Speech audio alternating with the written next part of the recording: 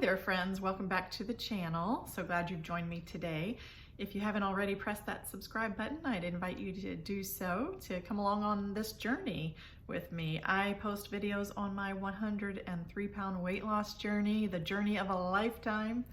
And I post videos on my Goodwill hauls and a little bit of this and a little bit of that. I'm a quilter, a crafter, you know, a housewife, all sorts of things around here. You never know what you're gonna get, but it's all gonna be encouraging and uplifting. So I invite you to join me. So today I wanna talk about my Goodwill haul, my Goodwill bookstore haul, you guys. Authentically Amber got out of the house yesterday. She spread her wings and she flew to one of her very happy places. And let me just say how wonderful, wonderful it was to be there and just to kind of resume some sense of normalcy. So I got 15 books, you guys. I'm super excited because I am starting a new habit, and that is to read in the evenings before I go to bed, just to kind of quiet my mind and really just relax. So encourage you guys to do that. So let's just jump right into my haul here. Not sure if you guys have heard of John Maxwell, but he has been around for a long time. He's a motivational speaker. He speaks to sports teams and corporations as well as to the average person. But these are two that we didn't have. We have quite a few John Maxwell books because my husband is in management and he is always reading books on leadership, etc. So, and I enjoy reading some of them also. So this one is How Successful People Think by John C. Maxwell, and this one is How Successful People Lead. So he's excited about reading them, and I am too, actually. You can always learn more, right? We never stop learning, not until the day we die, right? That's what I tell my kids. And then this is another one that I got, the 21 Indispensable Qualities of a Leader. So that looks good. And then this one, I'm really excited about this one. It's called The 15 Invaluable Laws of Growth. And this is actually in a series. I was reading the little flap of one that we already currently owned, and that is this one, The Irrefutable Laws of Leadership by John Maxwell. I think my husband has read that one. So we love, love, love John Maxwell. He's very good, very good. So I got a little bit of this and a little bit of that because that's the stuff I read, right? So this one looks so fascinating. It says, That's Not English by Aaron Moore. And it says Britishisms, Americanisms, and what our English says about us. And if you watched my Ancestry versus 23andMe video, you'll know where I went into my heritage, and I'm British and French and German, basically 100% European. Big surprise there, right? If you didn't catch that video, I'd encourage you to watch it because it's pretty interesting. But anyway, this book really appeals to me because I love all things British. So it just says it's a funny, smart, and almost worryingly observant. But this little bit on the back, it says, "The ocean that divides English and America is awash with linguistic wreckage and cultural tumult.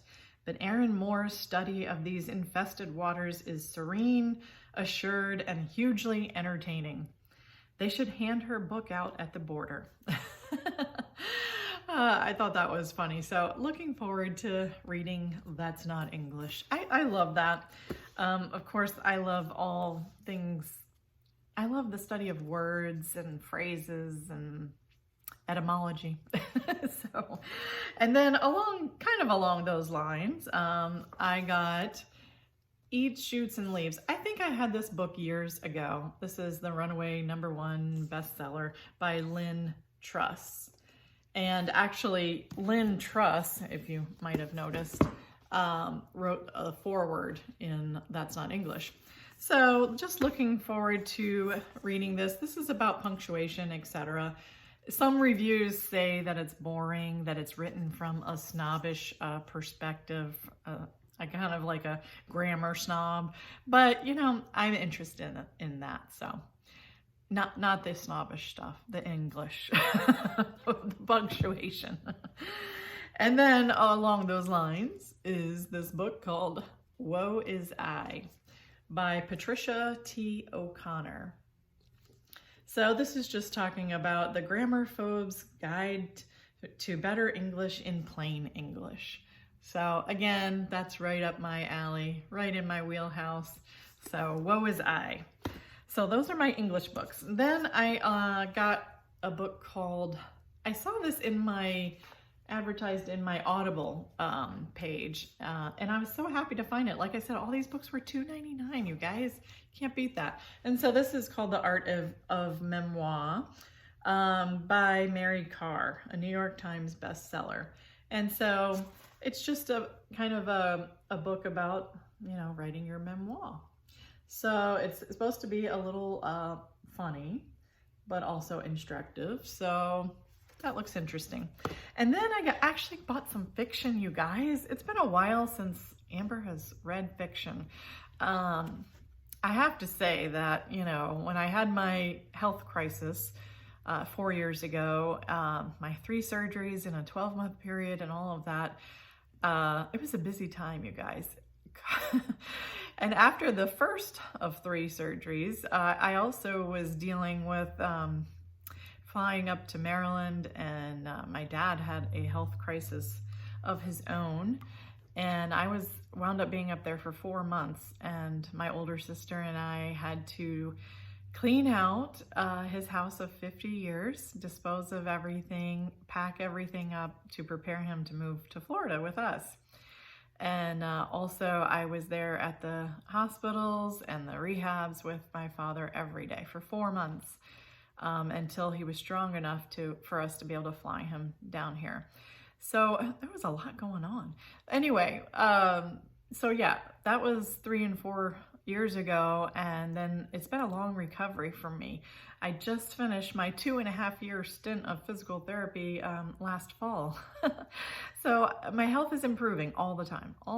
And of course, in with that time period, it was discovered that I had cancer and I had another surgery. So thankfully, God is merciful. And like I said, I am recovering, and every day is a gift from God. The good, the bad, and the ugly, it's all a gift, you guys. Today is just a beautiful gift that some people did not wake up to. So cherish it all. But I say all that to say that I got out of the habit of reading because I was, you know, busy recovering, and that was not my focus. But I'm excited to get back to reading. I love to read. You know, as a child, I did not. I went to a very strict Christian school, and we had to do a lot of reading. So I did a lot of reading. However, I did not like it. I did not actually learn to love to read until I was an adult. And then I found out that reading can be so wonderful. It can take you to places that you never might go otherwise. So I love to read now. So fiction, here we go with fiction. So years ago, I was on this kick. I read so many Amish fiction novels that I could literally write one. I could. So it's been a while since I've read some of that. So I decided to go ahead and buy a few. So we'll see if I enjoy it again. This one is called The Lesson by Suzanne Woods Fisher.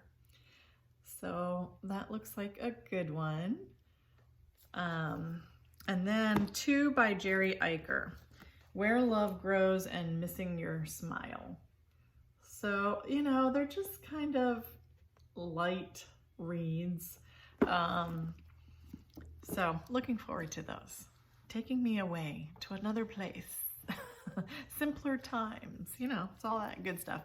I don't know if you guys have ever read any of the Yada Yada prayer group books.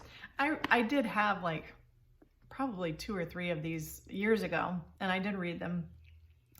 I wasn't crazy about them, but I decided to give 2 of these a whirl. This one is the Yada Yada Prayer Group Gets Rolling.